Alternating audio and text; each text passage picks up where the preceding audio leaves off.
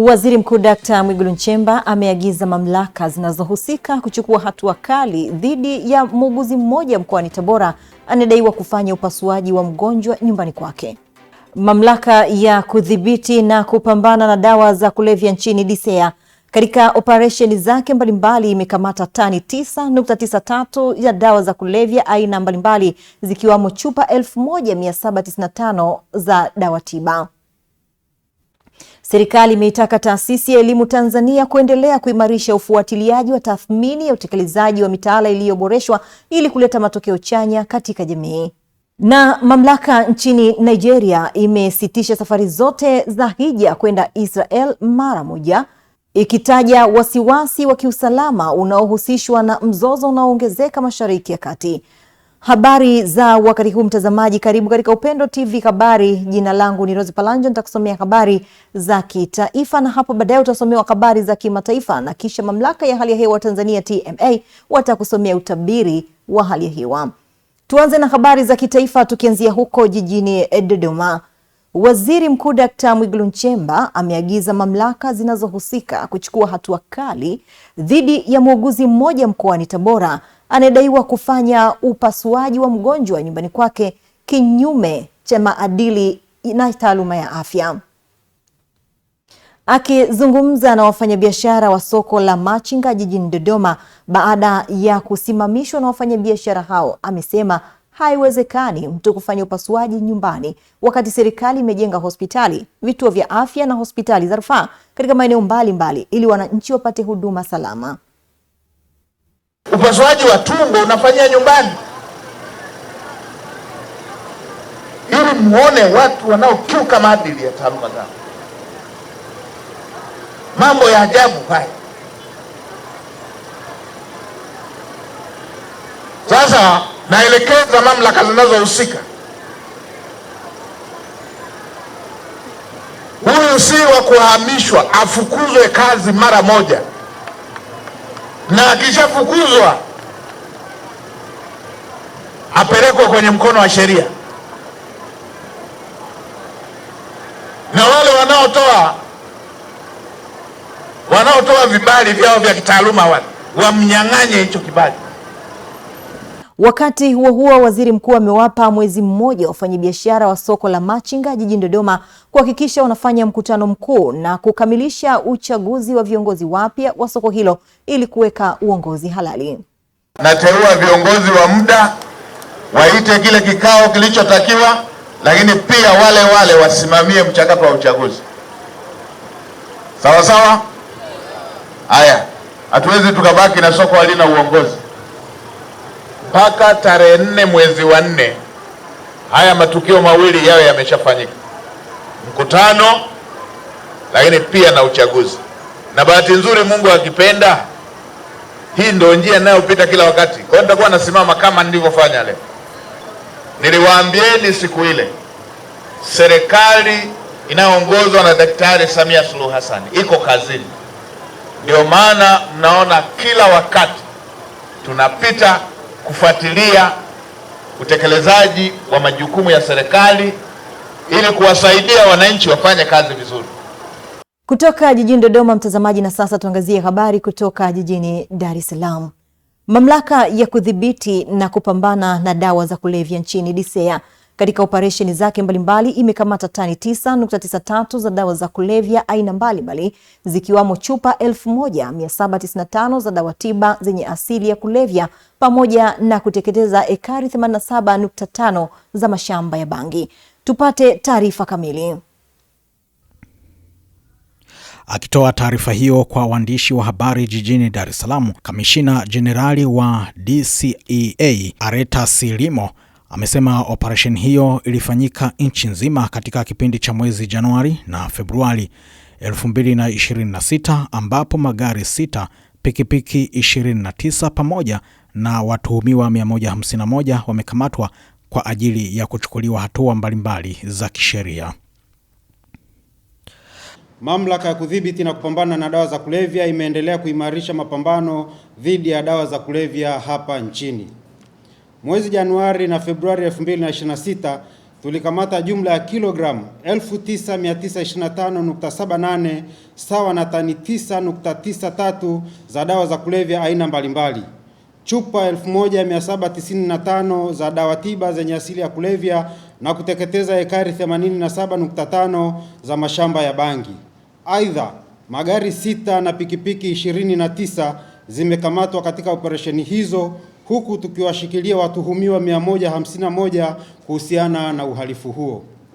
Amesema mamlaka kwa kushirikiana na kituo cha forodha cha Mutukula imekamata dawa tiba zenye asili ya kulevya aina ya pethidine, morphine, sulfate na fentanyl zikiwa kwenye basi la abiria na kampuni ya SR Classic lenye usajili wa nchi ya Kongo, na watuhumiwa kadhaa. Dawa hizo zikichepushwa zinaweza kutumika kama dawa za kulevya na kusababisha uraibu wa haraka. Dawa zote zenye asili ya kulevya zinazoingia hapa nchini ili ziweze kutumika kwenye hospitali zetu kihalali. Lakini pia wahalifu, baada ya udhibiti uliofanyika hapa nchini, wanaingiza dawa hizo sasa kutoka nchi za nje kuingiza hapa nchini, na tumeendelea kuimarisha hiyo mifumo na tutaendelea kuwakamata ili kuhakikisha kwamba dawa tiba zenye asili ya kulevya zinazoingizwa kwa njia za panya hazifanikiwi kusambazwa mitaani na kuathiri Watanzania, kwa kuwa madhara yake ni makubwa zaidi kuliko hata hizi dawa za kawaida za kulevya, kwa sababu zinasababisha vifo vya haraka, lakini zinaleta uraibu wa haraka ambao pia hauponyeki kirahisi, tofauti na hizi dawa nyingine za kulevya. Aidha, Kamishina Jenerali Limo ameongeza kuwa kwa upande wa dawa za kulevya, bangi aina ya skanka imeendelea kukamatwa kwa wingi. Watuhumiwa kadhaa wamekamatwa Kibamba, Chanika na katika ukaguzi wa mabasi ya abiria jijini Mbeya, watuhumiwa 6 wamekamatwa kwa nyakati tofauti wakisafirisha dawa hizo. Tukisalia jijini Dar es Salaam, serikali imeitaka Taasisi ya Elimu Tanzania kuendelea kuimarisha ufuatiliaji wa tathmini ya utekelezaji wa mitaala iliyoboreshwa ili kuleta matokeo chanya katika jamii.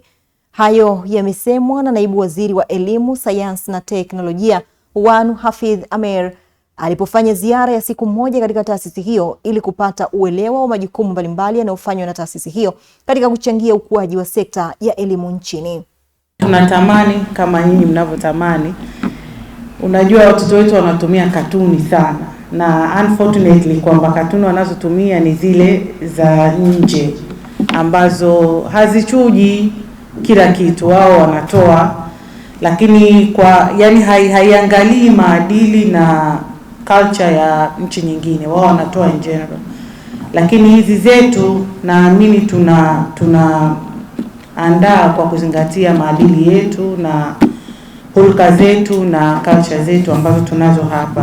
Kwa tunatamani katuni zile zingefika mbali. Baada ya pengine watoto kutumia Cocomelon, labda wangetumia hizi katuni ambazo nyinyi mnazitoa. Lakini pia nimeona kwamba utumikaji wake sio mkubwa sana. Sasa pia hapo eneo hilo tufikirie ni jinsi gani tutaweza kuwafikia watoto wengi. Sambamba na hilo, amepongeza juhudi za utekelezaji wa sera ya elimu na mafunzo ya mwaka 2014 toleo la 2023 na mitaala iliyoboreshwa mwaka 2023 kwa vitendo, na kusema kuwa inaonesha dhamira ya dhati katika kuimarisha ubora na mwelekeo wa elimu nchini.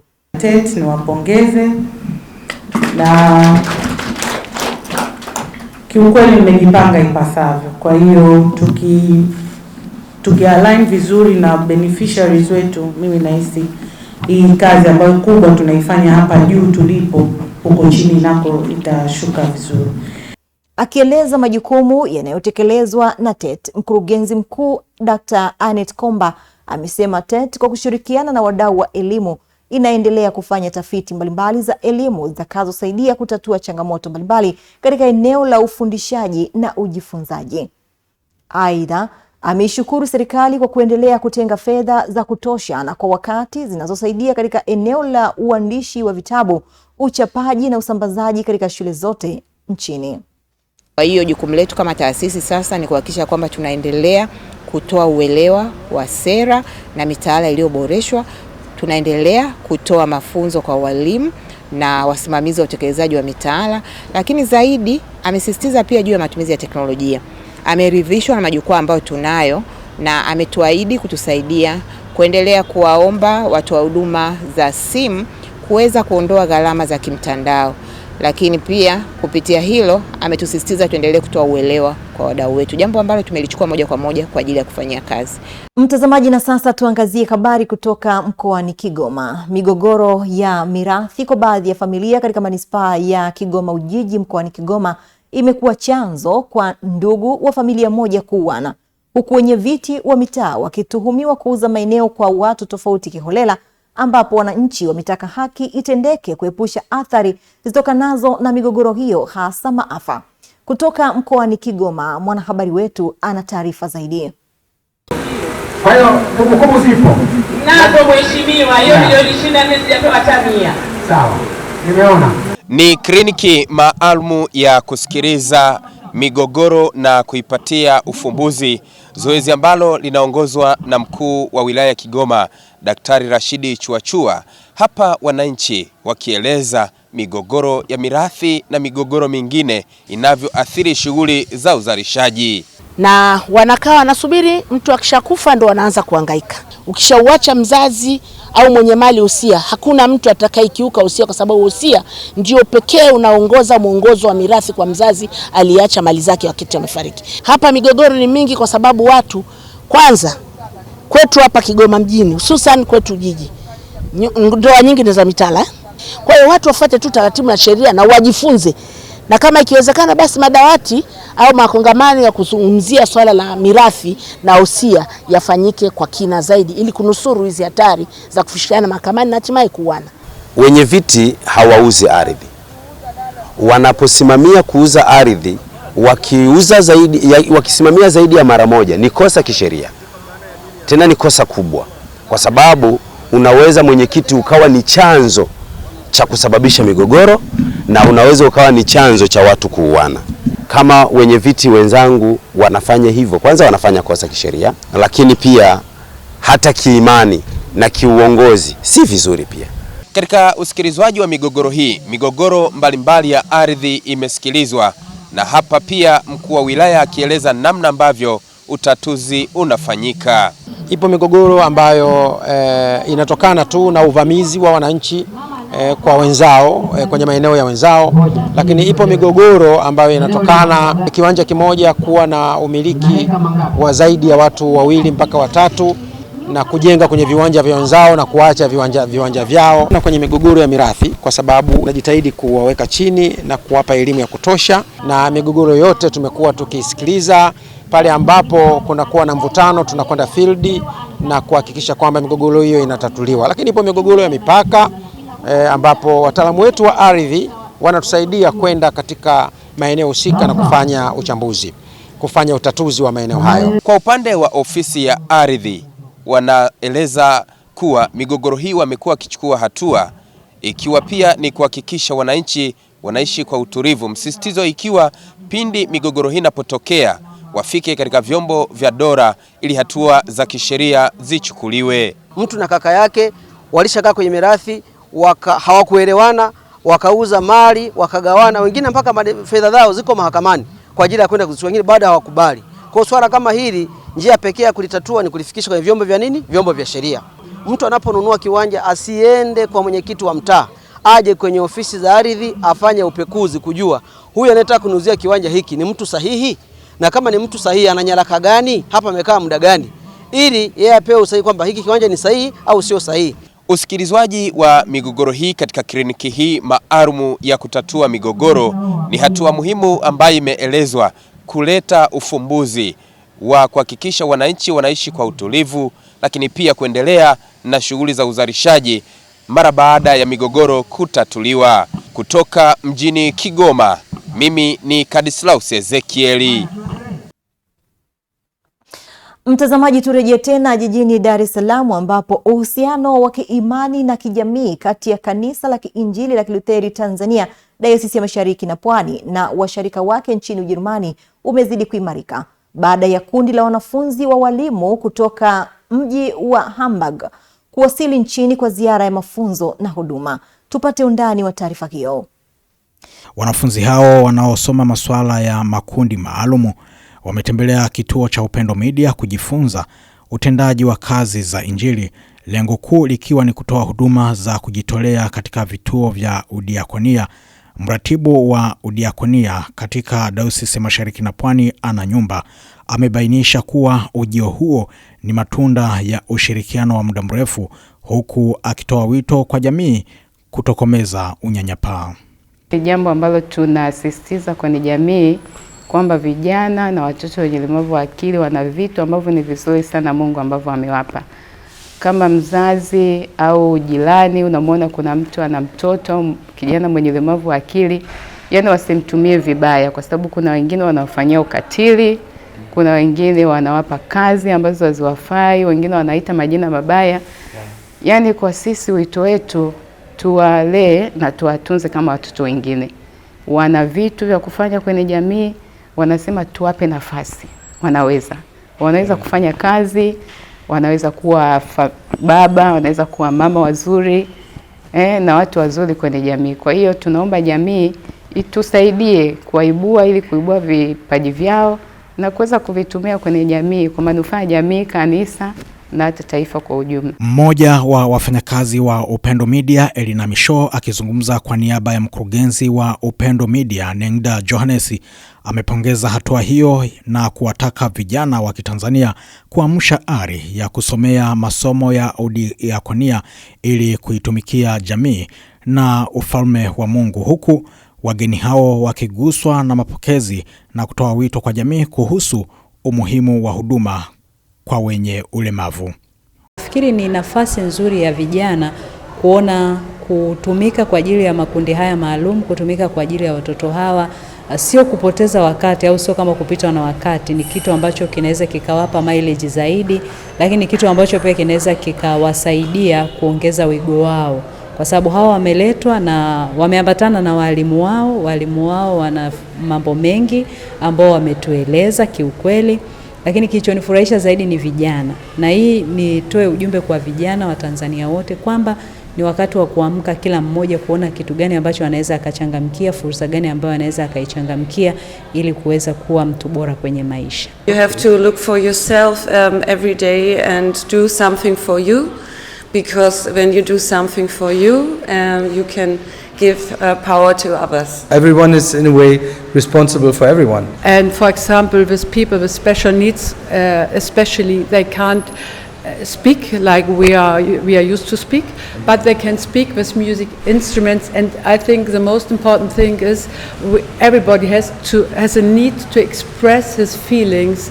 And I love my job because I'm really passionate to do that. Yeah, I feel like you have to follow your heart and not what everybody's doing. That the work with people with disabilities is so important, and because they also people, and I think it's important to help people and see them as people and not as someone else.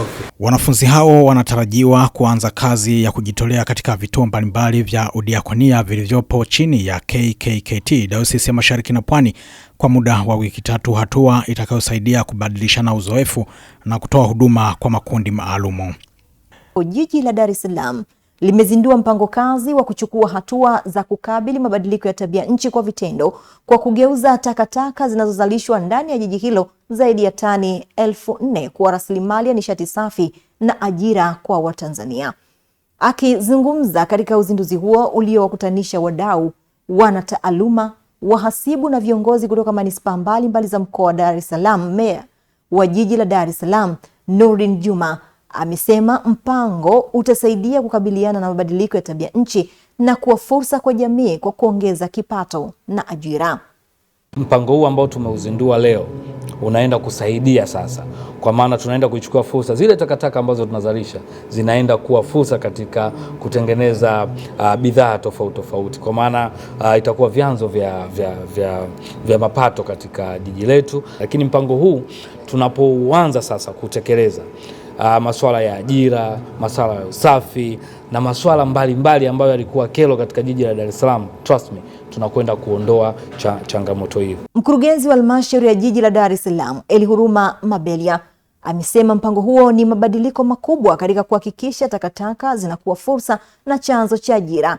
Huku mshauri wa mazingira na mabadiliko ya tabia nchi kutoka ofisi ya ubalozi wa Uingereza ambao ndio wafadhili, Abdalla Shah, amesema ni wakati wa ulimwengu kuhakikisha kila shughuli itakayofanywa ya kimaendeleo lazima ajenda za kukabiliana na mabadiliko ya tabia nchi. La kwanza ni kuona fursa za kimazingira kwa maana ya taka na kuhusianisha na masuala uzalishaji wa umeme energy. Lakini la pili, mpango huo unatusaidia sasa kwenda kuondosha taka na kulinda mazingira yetu. Sasa utaona kwamba kikao cha leo kilikuwa kimejikita kwenye masuala hayo. Athari za mabadiliko ya tabia nchi zinaonekana wazi zaidi kila mwaka. Kuongezeka kwa joto, mabadiliko yasiyotabirika ya mvua. Kwa mfano hata tunaweza tukaona siku hizi tunapata mvua nzito saa nyingine February, lakini kawaida sio pahali pake. Kwa hiyo serikali ya Uingereza imekuwa inashughulika na maeneo haya kwa muda mrefu. Hata sasa hivi tunapozungumza tunajaribu kutengeneza mradi wa unaitwa TRACE Tanzania. Mkutano huo umehudhuriwa na wawakilishi kutoka ofisi ya makamu wa rais, waziri mkuu na watendaji mbalimbali kwa ngazi ya mkoa na madiwani wa Dar es Salaam na ofisi ya balozi wa Uingereza. Kutoka jijini Dar es Salaam, mtazamaji, na sasa tuangazie habari kutoka visiwani Zanzibar. Rais wa Zanzibar na mwenyekiti wa Baraza la Mapinduzi Dr. Hussein Ali Mwinyi ameipongeza hospitali ya Benjamin Mkapa kwa mageuzi na mafanikio makubwa ya utoaji wa huduma za matibabu ya kibingwa kwa wananchi. Ameyasema hayo alipokutana na mkurugenzi mtendaji wa hospitali hiyo Profesa Abel Makubi akiambatana na ujumbe wake uliofika Ikulu Zanzibar, ambapo amesifu hatua kubwa ya utoaji wa huduma za kibingwa ikiwemo matibabu ya figo, moyo na ubongo kufanyika hapa nchini. Na kuna mengi ambayo tunaweza kushirikiana na nyinyi. Moja ni kutuma wagonjwa. Sasa hivi tunatuma wagonjwa nje. Kwa hiyo hakuna sababu ya kutuma nje wakati haya yanaweza kufanyika ndani ya nchi. Kwa hiyo tutafanya hili, lakini of course tuendeleze ile ya outreach. Maana unapotuma mgonjwa mmoja ni tofauti na madaktari wale wakija hapa wanahudumia watu wengi. Kwa hiyo ile la outreach ni muhimu tuendeleze ili tuweze kuwahudumia wananchi wengi zaidi. Aidha, Rais Dr. Mwinyi ameshauri uongozi wa hospitali ya Benjamin Mkapa kuendeleza utaratibu wa matibabu nje kwa kuwafikia wananchi katika maeneo yao, kwani unasaidia kuwatibu wengi zaidi. Naye mkurugenzi mtendaji wa hospitali ya Benjamin Mkapa Profesa Abel Makubi ameeleza hospitali imepata mafanikio makubwa katika miaka 10 tangu kuanzishwa kwake kwa kutoa matibabu ya huduma bobezi na za kibingwa ikiwemo matibabu ya upandikizaji wa figo, upasuaji wa ubongo na matibabu ya moyo, kulikochangiwa na serikali kufanya mageuzi makubwa katika kuleta mageuzi katika sekta ya afya. Miaka michache 10, lakini kwa kweli nishukuru serikali imefanya mambo makubwa. Kwa sababu kwa zaidi ya miaka 10 leo imefikia kufanya transplant. Kwa kweli tunashukuru sana Mheshimiwa Rais kwa kutuongoza. Sasa ingine za miaka 50, lakini mpaka sasa hajafikia hiyo hatua. Lakini yote ni nia ya serikali ya kuboresha huduma za kibingwa bobezi. Sasa katika maadhimisho ya miaka 10 tulipanga na tulishauriana na wizara yetu kwamba tuiambatanishe na matukio mengine mawili. Moja, kufanya fundraising, tuanzishe mfuko wa kusupport huduma za upandikizaji viungo kwa maana hizi organ transplants. Huko mkoani Manyara, shirika la misaada la kimataifa la WaterAid Tanzania kwa kushirikiana na serikali ya wilaya ya Hanang linaendelea kutekeleza mradi wa maji safi na usafi wa mazingira katika kijiji cha Masasu, kata ya Gisambalang, kwa gharama ya shilingi milioni 675 za Kitanzania. Mradi huo unalenga kuboresha upatikanaji wa maji salama kwa mamia ya wakazi wa eneo hilo la kaskazini mwa Tanzania. Katibu tawala ule Hanang Mwalimu Athman Likeke akizungumza katika kikao kazi cha wadau maendeleo kilichofanyika kijijini Masusu, muhimiza wananchi kushirikiana kikamilifu wakati wa utekelezaji mradi huo, hususan katika hatua ya uchimbaji wa mifereji kwa ajili ya kulaza mabomba ya maji. Amesema ushiriki wa jamii ni msingi wa kuhakikisha mradi unakamilika kwa wakati na kwa viwango vinavyokubalika. Kwa hiyo wananchi tumewasikiliza, kwanza tumewasikiliza kwenye eneo la utekelezaji wa mradi huu wa mtandao wa maji kupitia ndugu zetu wa WaterAid na RUWASA. Nimewashukuru, wameongea vizuri, na yale maeneo ambayo wamehitaji support yetu kama serikali tupo tayari kuwa support, hususan kwenye kuongeza mtandao wa maji, kwa maana kuongeza mabomba ya kuwafikia wamehitaji DP ziongezwe na kuongeza mtandao kufika kwenye vitongoji vingine. Na hivi karibuni tayari Mheshimiwa Rais ameshatutengea fedha zaidi ya bilioni 2 kwa ajili ya kuboresha mfumo wa maji hapa Masusu. Kwa hiyo kwenye hiyo hoja mama amemtoa mama ndoo kichwani. Kwa hiyo hilo limekwisha. Mwalimu Keke ameongeza kuwa mradi huo ni sehemu mkakati mpana wa serikali ya Tanzania wa kupanua huduma za maji vijijini na kupunguza mzigo kwa wanawake na watoto waliokuwa wakitembea mbali mrefu kutafuta maji. Safari zaidi ya kilomita 90 kutoka wilayani mpaka tunafika hapa ambapo ni mpakani mwa Chemba, Hanang na Kondoa huku Masusu. Katika kilomita hizo zote tulizotembea umeme upo kijiji kwa kijiji. Kilomita hizo zote tulizotembea maji yapo kijiji kwa kijiji. Upande wake mwakilishi wa WaterAid Tanzania katika mradi huu amesema utekelezaji umefikia 45%. Amefanya kuwa kazi zinazoendelea ni pamoja na ukarabati wa kisima, ufungaji wa pompu mpya, uwekaji wa mfumo wa chochoaji wa kuondoa madini chumvi, pamoja na kuboresha miundombinu ya vyuo vya shule ya msingi ya Masusu ili kuimarisha usafi na afya kwa wanafunzi. Nikianza kwa upande wa mradi wa maji, tunatarajia kuboresha kisima kilichoko hapa kijijini Masusu kwa kukisafisha kitaalamu, mhandisi watasema, baadaye kufunga pampu mpya ya maji ambayo itaunganishwa na mfumo wa umeme, na pamoja nayo tutaweka chujio la kuondoa madini ya chumvi mengi yaliyoko katika maji hayo, ambapo kwenye ubora imebainika chumvi sio kiwango kinachokubalika kwa matumizi ya binadamu. Aidha, wakazi wa kijiji cha Masusu wamesema kabla ya kuanza kwa mradi huo walazimika kutembea takribani kilomita 13 kufuata maji, hali iliyoathiri kiuchumi na kijamii. Wamesema kukamilika kwa mradi huo kutapunguza adha ya upatikanaji wa maji na kufungua fursa zaidi za maendeleo kwa wakazi wa eneo hilo. Kuchelewa si kukosa, ila ni kusubiri.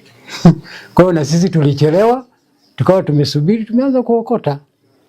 Kwa hiyo WaterAid, jamani, tunawapongeza sana. Sasa hivi WaterAid wamekuja, wanatoa elimu, RUWASA wanatoa elimu kwenye mikutano, WaterAid wanafuata. Kwa hiyo ni njia moja ya uhamasishaji mkuu. Kweli nilipofika pale nikaangalia nikasema hivi, kwa hili kwani tusini hata kushukuru, hii kweli si Mungu ametuona. Hizi bibi tatu sisi tumezipokea na hakika kwa yale mazingira ambayo imewasogelea watu, na hakika kwamba imewashusha wakina mama na watoto ndoo kichwani. Hata punda amepunzika, kiumbe cha Mwenyezi Mungu, kwa kutembea umbali. Maana zamani tunaenda kufuata maji zaidi ya kilomita 13 yale ya bomba. Kutoka hapa mkoani Manyara, jina langu ni James Stanley, Upendo TV, amani kwa wote. Asante sana James Stanley kwa taarifa hiyo kutoka mkoani Manyara. Na sasa tuangazie habari kutoka mkoani Geita. Mkuu wa mkoa wa Geita Martin Shigela amewataka wananchi mbalimbali kushiriki katika maadhimisho ya siku ya wanawake ambayo huadhimishwa Machi 8 ya kila mwaka, ambapo kwa mwaka huu mkoa wa Geita ndio mwenyeji wa maadhimisho hayo. Tausi Salum na undani wa taarifa hiyo. Akizungumza katika mkutano wa waandishi wa habari ofisini kwake, mkuu wa mkoa wa Geita Martin Shigela ameeleza kuwa mgeni rasmi katika maadhimisho hayo ni waziri wa maendeleo ya jamii, jinsia na makundi maalum, Mheshimiwa Dorothy Gwajima. Mwaka 2026 sisi mkoa wa Geita tumepewa heshima ya kuwa mwenyeji wa maadhimisho haya ya siku ya mwanamke duniani, kwa maana ya kwamba wizara itakuja kuungana nasi sisi Wanageita, wanawake, wanaume wote kwa pamoja, ili tuweze kuyaadhimisha maadhimisho yetu haya ambayo ni muhimu sana kwa jamii yetu kwa ujumla. Na mwaka huu 2026 kuna kauli mbiu ambayo wizara imeiweka ili kila mkoa unapoadhimisha basi kauli mbiu hiyo iweze kutumika katika kuwajengea usawa na haki wanawake. Na kauli mbiu hiyo inasema kwamba haki na usawa kwa wanawake na wasichana msingi jumuishi kufikia dira ya taifa ya 2050. So tunafahamu kwamba mwanamke ni moja ya mwanadamu ambaye anatakiwa kupewa nafasi na fursa kubwa zaidi, na wizara imelisimamia jambo hili na serikali ya awamu ya 6 imeendelea kulisukuma jambo hili la kuwawezesha wanawake. Aidha, Shigela ameeleza kuwa kuanzia Machi 6 hadi 8 maadhimisho hayo yatatanguliwa na maonesho ya wajasiriamali wanawake na utoaji wa huduma mbalimbali muhimu mahali pamoja. Na sisi katika kuendelea kuhamasisha na kujenga ushiriki wa wanawake katika masuala mbalimbali ya kimaendeleo kwenye mkoa wetu, maadhimisho ya mwaka huu tumepanga kufanya mambo tofauti. Kwanza, maadhimisho yetu yataanza tarehe 6 ya mwezi huu wa 3 na hitimisho litakuwa tarehe 8 ya mwezi wa 3 mwaka 2026 katika uwanja wa Kalangarara. Na katika shughuli ambazo tumezipanga, tutakuwa na kongamano kubwa la wanawake, na kongamano hilo litafanyika katika ukumbi wa Gedeko ulioko manispaa ya Geita. Lakini asubuhi ya tarehe 6 ya mwezi wa 3 itatanguliwa na mbio za baskeli zinazoendeshwa na wanawake. Na kwa kweli tumeweka utaratibu, pamoja na kwamba wako ambao wameandaliwa, lakini hatumzuii mwanamke ambaye anataka kushiriki mbio hizi, na tutaweka utaratibu mzuri wa kila mwanamke aliyekuja na baskeli yake anayetaka kushiriki mbio za baskeli za wanawake tarehe 6 ya mwezi wa 3 kuanzia stendi ya mabasi ya manispaa ya Geita mpaka viwanja vya Gedeko, basi tutatengeneza utaratibu wa namna ambavyo watakuwa wanashiriki. Kwa hiyo tunawakaribisha sana wanawake wote na wanaume. Wanaume tutawapa nafasi ya kwenda kushindana kwenye baskeli, lakini waje washuhudie wanawake ambao wana uwezo wa kuendesha baskeli kwa spidi kubwa na ndani ya muda mfupi wana uwezo wa kufikia umbali mrefu zaidi. Kwa hiyo asubuhi, kuanzia saa 2 asubuhi katika viwanja vya stendi manispaa ya Geita, wanawake watashindana mbio za baskeli na hitimisho itakuwa viwanja vya Gedeko. Na kuanzia saa 4 kuanzia saa 3 tutakuwa na kongamano la wanawake, na kongamano hili ni mahususi kwa ajili ya kujadili maendeleo ya wanawake kwa ujumla katika taifa letu na hususan katika mkoa wetu wa Geita. Kwa hiyo tunatumia nafasi hii vile vile kuwakaribisha wanawake na wanaume waje wajitokeze kwa wingi katika kongamano hilo. Tumealika mabingwa wa utoaji wa mada, harakati za mwanamke katika kujiletea maendeleo. Tumetoka wapi, tuko wapi na tunakwenda wapi. Sambamba na hilo, Shigela ameeleza kuwa katika maadhimisho ya siku ya wanawake kutakuwa na uzinduzi wa mradi wa pamoja Project for Advancing Gender Equality in Tanzania unaolenga kukuza usawa wa kijinsia na kutokomeza ukatili wa kijinsia kupitia uwezeshaji wa wanawake kiuchumi. Kutoka Geita, mimi ni Tausi Salum, Upendo TV. Mtazamaji, ikiwa hizo ni habari za kitaifa, tupate mapumziko mafupi, tukirejea ni habari za kimataifa.